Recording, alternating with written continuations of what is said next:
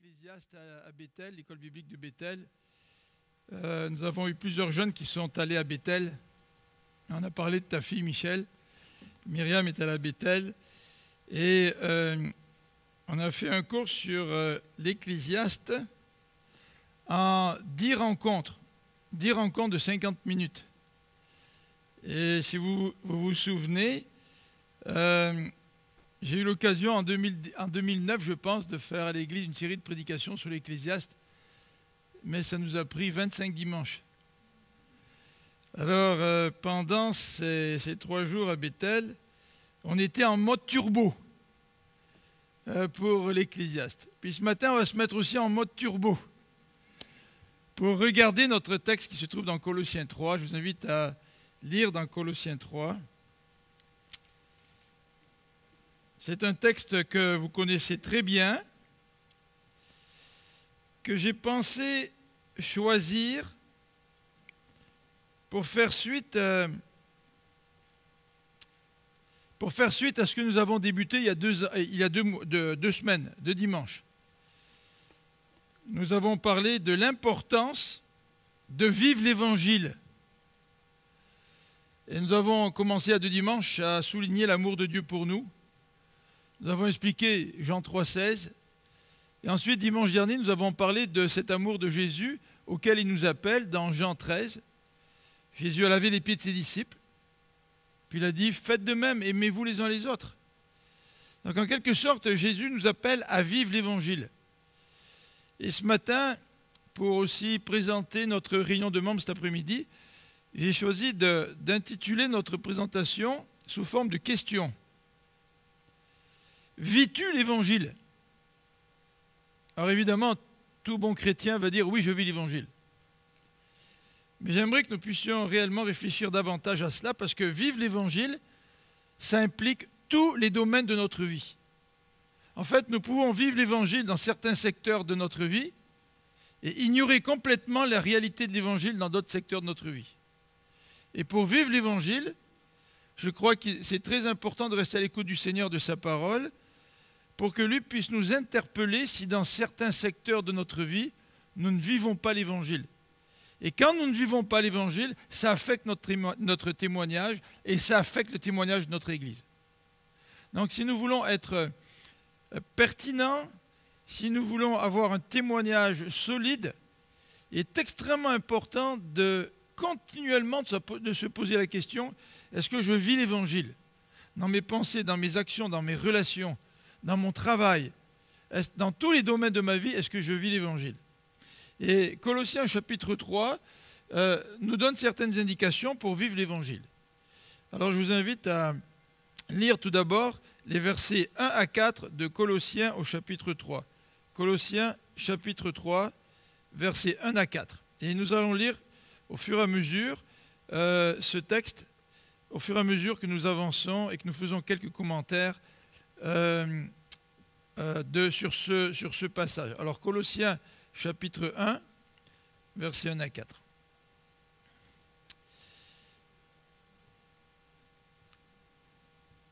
Verset 1. Mais vous êtes aussi ressuscités avec Christ. Recherchez donc les réalités d'en haut, là où se trouve Christ, qui siège à la droite de Dieu. De toute votre pensée, tendez vers les réalités d'en haut, et non vers celles qui appartiennent à la terre. Car vous êtes morts, et votre vie est cachée avec Christ en Dieu. Lorsque Christ apparaîtra, lui qui est votre vie, alors vous paraîtrez vous aussi avec lui dans la gloire.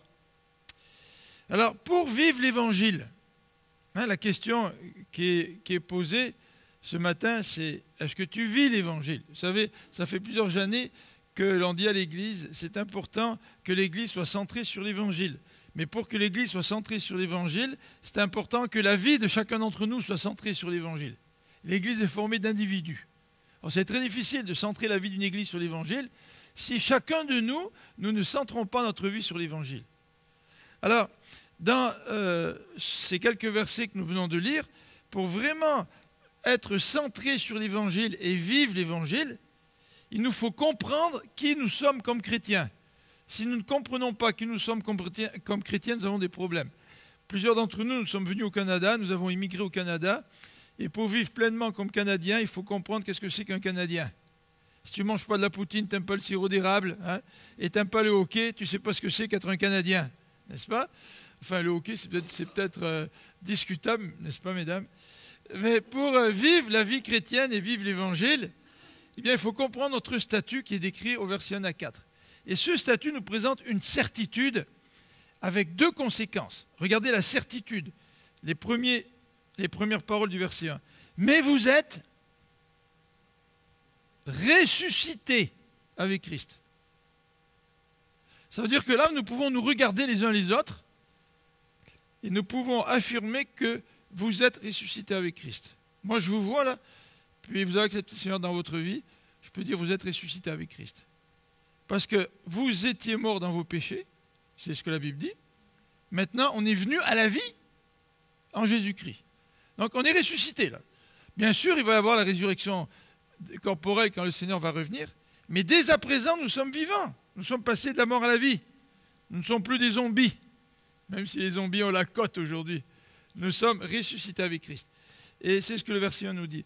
Et le verset 1 nous dit, si tu es ressuscité avec Christ, et puisque tu es ressuscité avec Christ, recherchez les choses d'en haut et tendez vers les réalités d'en haut. Alors, le texte nous rappelle, même si nous vivons sur la terre, et comme le dit l'Ecclésiaste, puis j'ai encore la tête pleine de l'Ecclésiaste, l'Ecclésiaste nous dit que le travail est une vanité, mais en même temps, l'Ecclésiaste nous dit que si tu ne vis plus sous le soleil, c'est-à-dire sans Dieu, ton travail n'est plus une vanité, il devient un don de Dieu. Alors, même si nous sommes incarnés sur cette terre, face à des réalités bien terrestres, le texte nous dit, puisque tu es ressuscité maintenant, eh bien, cherche les choses, les réalités d'en haut, parce que c'est là où Christ est assis. Donc, si tu aimes Christ, tu vas chercher les choses d'en haut, parce que Christ est assis à la droite de Dieu. Et le verset 2 répète un petit peu la même chose en utilisant un synonyme. Tendez, au lieu de chercher, tendez, c'est-à-dire essayez de vous rapprocher des réalités d'en haut et non pas vers celles qui appartiennent à la terre. Hein? La terre, souvent, c'est l'opposé à la vie céleste. Mais il faut se rappeler la terre sans Dieu. Parce que quand Dieu est dans notre vie, nous comprenons toutes les bénédictions que Dieu amène dans notre vie terrestre. Donc ici, il s'agit donc de se tourner vers Dieu. Mais notre condition, notre statut, au verset 3 et 4, nous est décrit en ces termes. Vous êtes morts et votre vie, elle est cachée en Christ. Il vient de dire qu'on est ressuscité. Est-ce qu'on est ressuscité ou est-ce qu'on est mort? On est ressuscité parce qu'on a une nouvelle vie en Christ, mais notre ancienne vie, elle est morte. Et elle est morte au point où maintenant, dans ma nouvelle vie, ma vie est cachée en Jésus-Christ. Ça veut dire que ma nouvelle vie, elle n'a pas comme objectif de mettre Philippe Bonicel sur le devant, là. Je ne veux pas ressusciter pour que tout soit centré sur ma vie, c'est pas vrai. Je suis ressuscité en Jésus-Christ. Donc ma nouvelle vie, elle est cachée avec Christ en Dieu. En d'autres termes, ce n'est pas moi que vous devriez voir, c'est Jésus-Christ que vous devriez voir en moi. Et c'est ça notre statut, tel qu'il est décrit dans ces quelques versets. Nous sommes donc morts, nous dit le verset 3, notre vie est cachée en Dieu, et à cause de cela, lorsque Christ va revenir, nous apparaîtrons nous aussi dans quoi? Dans la gloire. Je ne sais pas si nous comprenons ce que c'est la gloire de Dieu. Les disciples que Jésus aimait, les 3 disciples, ils ont vu la gloire de Dieu sur le mont de la transfiguration. La gloire de Jésus. Puis moi, je pense que c'était qu'un avant-goût. La gloire de Dieu est encore beaucoup plus immense que cela. Et c'est ça notre condition aujourd'hui. Comprendre notre statut. Est-ce que nous comprenons notre statut pour vivre l'Évangile? Est-ce que nous vivons l'Évangile? Est-ce que nous vivons la réalité de l'Évangile dans notre vie? Alors, deuxième élément dans ce passage, pour vivre l'Évangile, il faut rejeter notre ancienne vie. Alors, ça ne veut pas dire que tu quittes ton travail, tu vends ta voiture, tu vends ton four à micro-ondes et tout ça, comme certains de mes amis l'ont fait à leur conversion. Puis je les ai assez taquinés, je leur ai dit, si j'avais su que tu mettais ça aux poubelles, je serais passé par là. Mais malheureusement, je ne le savais pas. Non, c'est rejeter l'ancienne vie, c'est faire mourir, regardez au verset 5, c'est faire mourir tout ce qui, dans notre vie, appartient à la terre, c'est-à-dire, et là, il veut dire ce qui appartient à la terre. Ce n'est pas mon travail, ce n'est pas les bénédictions que Dieu me donne, ce n'est pas de ça dont il s'agit. L'inconduite, l'impureté, les passions incontrôlées, les désirs mauvais, la soif de posséder, qui est une idolâtrie, ce sont de tels comportements qui attirent la colère de Dieu sur ceux qui refusent de lui obéir. Et vous-même aussi, vous commettiez ces péchés autrefois, lorsqu'il faisait votre vie. Mais à présent, débarrassez-vous de tout cela, colère, irritation, méchanceté, insultes ou propos grossiers qui sortiraient de votre bouche. Ne vous mentez pas les uns aux autres, car vous êtes dépouillés de l'homme que vous étiez autrefois, avec tous ces agissements. Alors le texte nous encourage à rejeter notre ancienne vie. On le voit au verset 5, c'est un impératif. Faites donc mourir tout ce qui caractérisait votre ancienne vie. Alors qu'est-ce qui caractérisait notre ancienne vie? Le verset 7 nous dit, ces péchés que vous commettiez autrefois. Vous savez, si quelqu'un dit qu'il devient chrétien et puis continue à avoir les mêmes habitudes de son ancienne vie, bien sûr, il y a un temps d'adaptation, il y a un temps de croissance, mais si la personne continue à avoir les mêmes habitudes de son ancienne vie, on peut se poser la question si elle a compris ce que c'était que la nouvelle vie dans le Seigneur. Paul nous dit carrément, vous commettiez ces péchés, mais c'était autrefois. C'était avant ces péchés caractérisaient votre conduite. Et quels sont ces péchés? Eh bien, au verset 5, nous avons cette mention de la convoitise. Cette convoitise, la soif de posséder, c'est une idolâtrie la convoitise. Hein. Tu veux posséder quelque chose. Alors, ça ne veut pas dire que tu n'as pas des désirs parce que tu es chrétien. Pendant longtemps, moi, j'ai désiré avoir un clavier. C'était mon rêve d'avoir un clavier.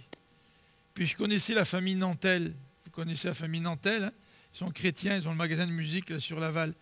Puis ils avaient plein de claviers. Puis quand j'allais dans le magasin, je voyais plein de claviers.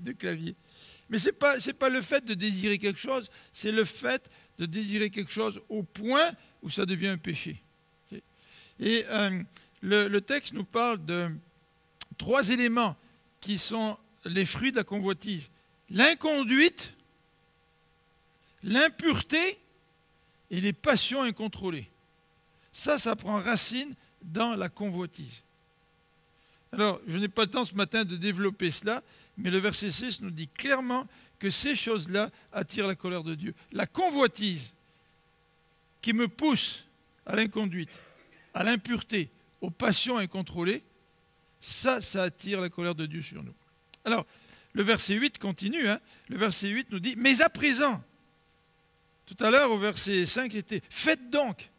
Si tu sais que tu es ressuscité et puis que tu es mort et tu es caché dans le Christ, la conséquence logique, c'est de faire mourir ce qui appartient au passé. Et au verset 8, l'accent est mis, non pas sur un lien logique, mais nous dit, mais à présent, maintenant, là, c'est pas demain, là, c'est tout de suite, maintenant, débarrasse-toi de tout ça. Il y a une urgence. Et lorsque chaque fois que nous sommes en colère, chaque fois que nous sommes irrités, nous trouvons une excuse dans les circonstances, peut-être dans notre fatigue, peut-être parce que nous sommes à travers l'épreuve et que nous voulons justifier notre irritation et notre colère, Paul nous dit, non, ne te sers pas de cela comme excuse, c'est maintenant que tu dois te débarrasser de tout ça. Donc, se débarrasser de quoi? De la colère et de l'irritation. Ça, c'est vivre l'Évangile. Se débarrasser des mauvaises paroles. Ça, c'est vivre l'Évangile. Notamment, il parle des mensonges, au verset 8 et 9. Et il va généraliser et il va parler de tout ce qu'on était autrefois, de tous nos anciens agissements d'autrefois. Donc, qu'est-ce que c'est que vivre l'Évangile? Vivre l'Évangile, c'est extrêmement concret, c'est extrêmement pratique. Paul ne fait qu'aborder la surface de ce que ça veut dire que vivre l'Évangile. Bien sûr, il parle de la convoitise et de toutes ses conséquences. Mais il parle aussi de la colère, de l'irritation. Il parle des paroles. Hein? La Bible nous dit que des paroles douces et bonnes sortent de nous, des paroles d'encouragement, et non pas des paroles de, comment dirais-je, du critique, des mensonges. Et c'est sûr que Paul aurait pu développer davantage. Mais Paul déborde tout ça et il nous dit tous nos agissements d'autrefois, c'est ça qui nous empêche de vivre l'Évangile. Alors c'est intéressant, tous ceux qui veulent devenir membres, là, ce matin ils l'ont dit, ils veulent servir. C'est vrai.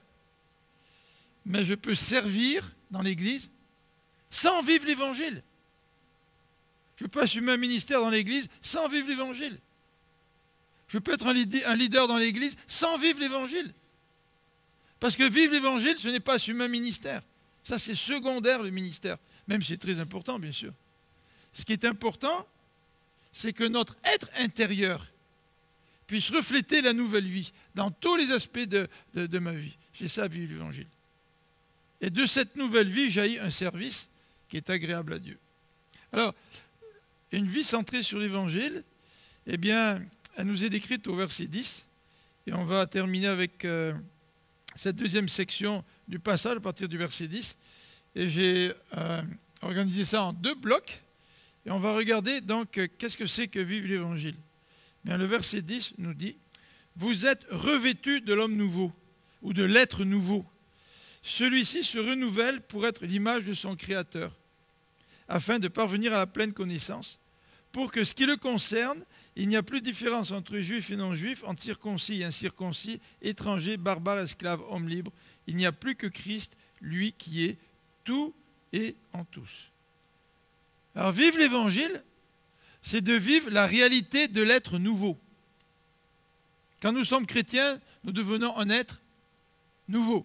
Ici, Paul emploie l'expression « l'homme nouveau ». Bon, on sait que l'homme désigne l'être humain, n'est-ce pas? C'est l'homme et la femme. Et la vie de cet être nouveau, elle se renouvelle, nous dit l'apôtre Paul au verset 10. Celui-ci, cet homme nouveau, il se renouvelle. Tu veux vivre l'Évangile, vrai?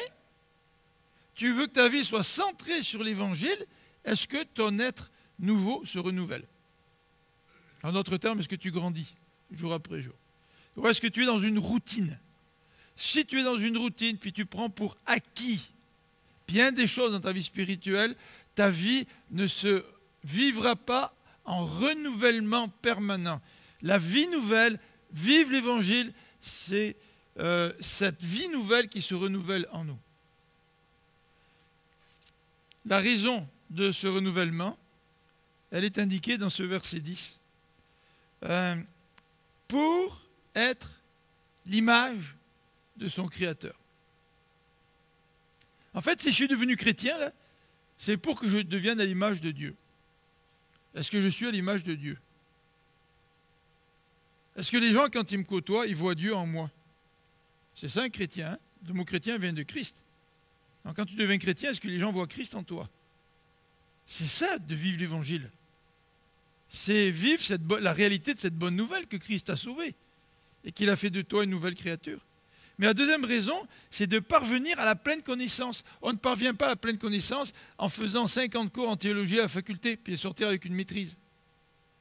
C'est malheureux de voir des gens qui ont une formation théologique, mais qui ne vivent pas l'Évangile.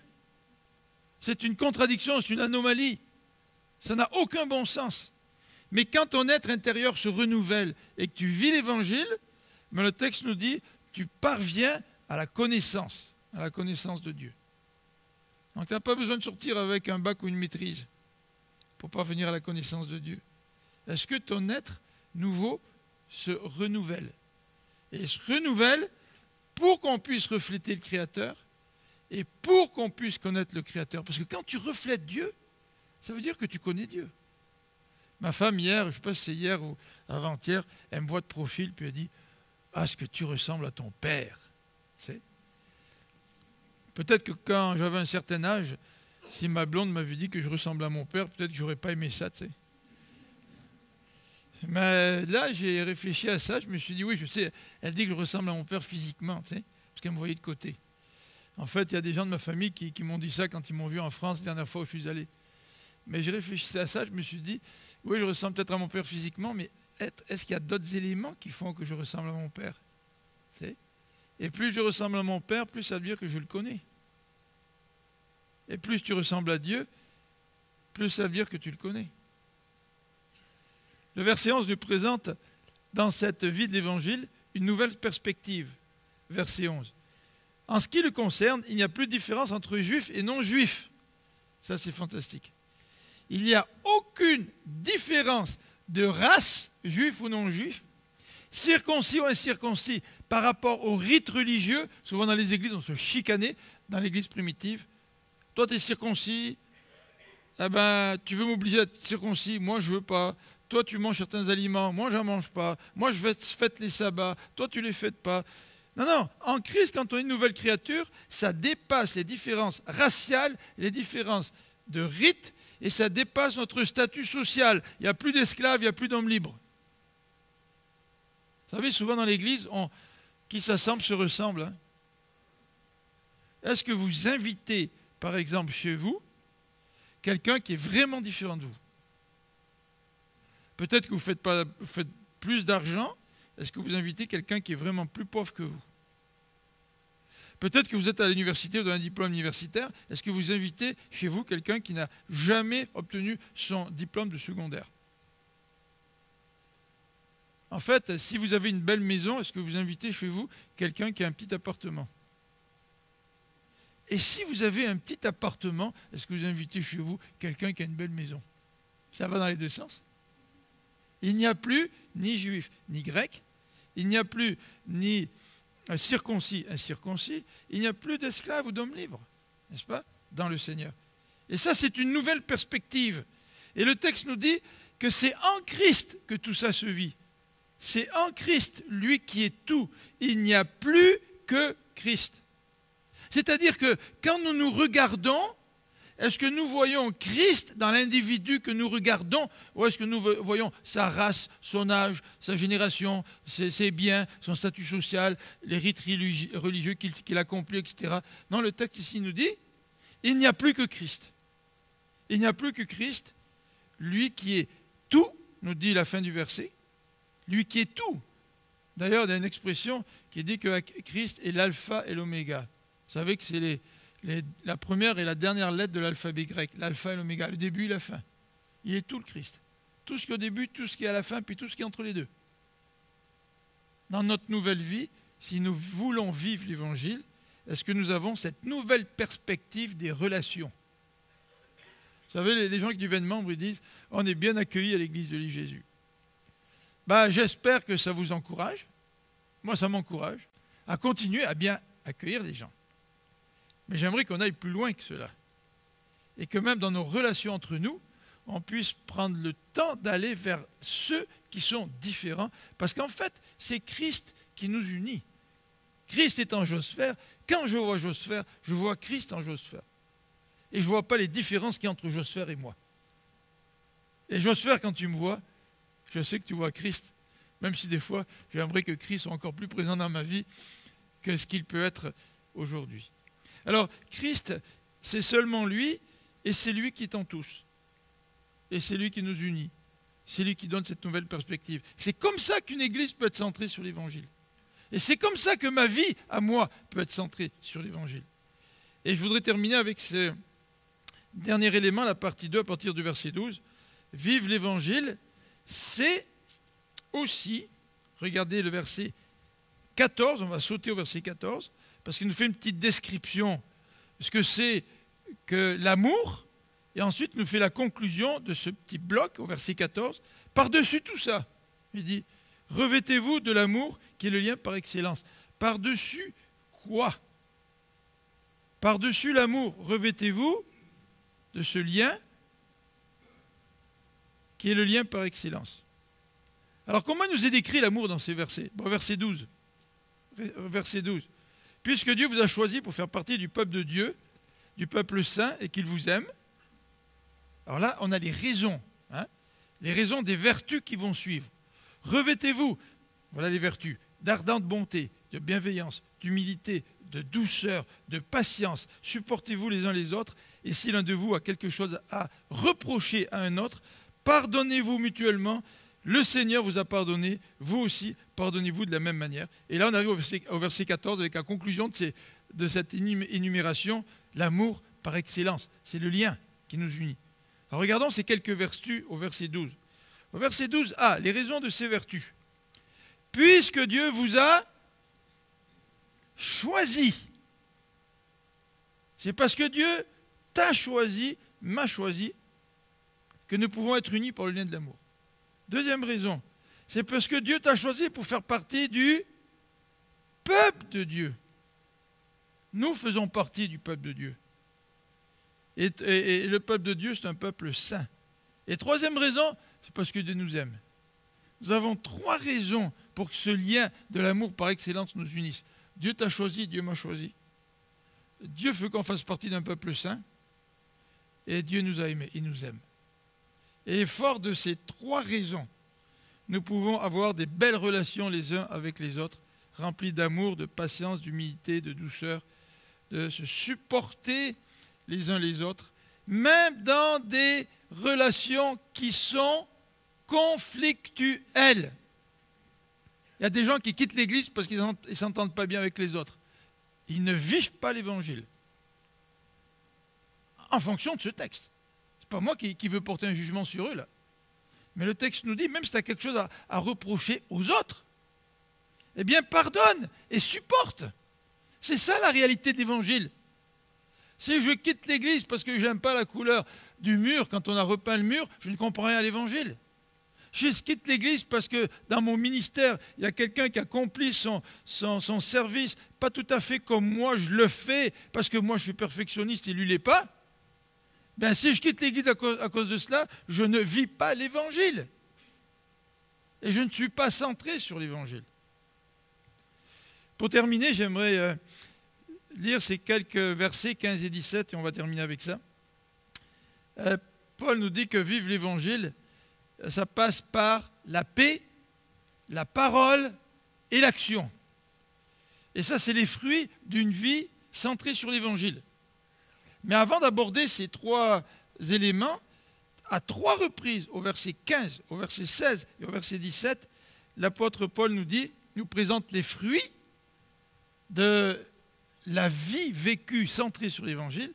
Mais à chaque fois qu'il nous présente le fruit, il parle de la reconnaissance. À chaque fois. Regardez au verset 15. Que la paix instaurée par Christ gouverne vos décisions. Alors je prends des décisions, pas parce que je suis en désaccord avec quelqu'un, puis je suis fâché avec quelqu'un. Non, non. Je prends des décisions parce que je suis animé par la paix de Christ. Et c'est à cette paix que Dieu vous a appelé pour que les ministères s'accomplissent dans l'Église comme moi je le désire. C'est ça qui est marqué? Non, non. C'est à cette paix que Dieu vous a appelé pour former un seul corps. Soyez reconnaissants. Première mention de la reconnaissance. Dieu m'appelle à former un seul corps avec vous. On est quand le Seigneur a fait un miracle dans ma vie, il m'a appelé à former un seul corps avec une Québécoise. Aïe, aïe, aïe. Non mais c'est ça le mariage. Hein? On forme un seul corps, malgré nos différences, malgré qu'elle a toujours tort et que j'ai toujours raison. Tu sais, il faut former un seul corps. Ma femme elle va me dire, rentre à la maison, chérie, j'ai 2 mots à te dire. Non, mais c'est pas ça l'idée. L'idée, c'est pas de savoir qui a raison, qui a tort. L'idée, c'est de nous aimer les uns les autres pour former un seul corps. Et la réalité du couple, c'est juste une expression de la réalité de l'Église.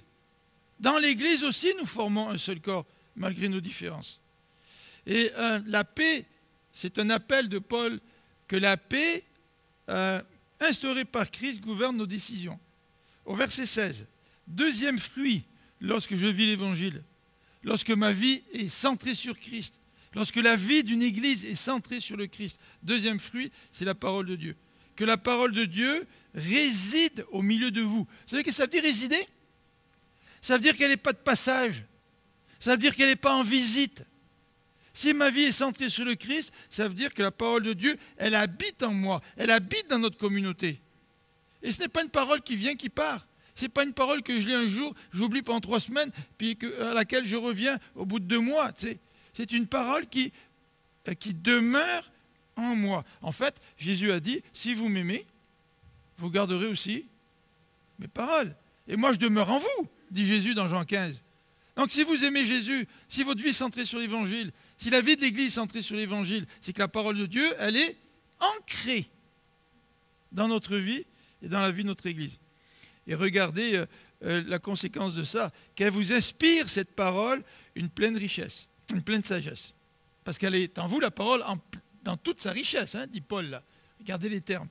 Elle va vous inspirer une pleine sagesse, puis vous allez vous instruire et vous avertir les uns les autres dans toute sagesse.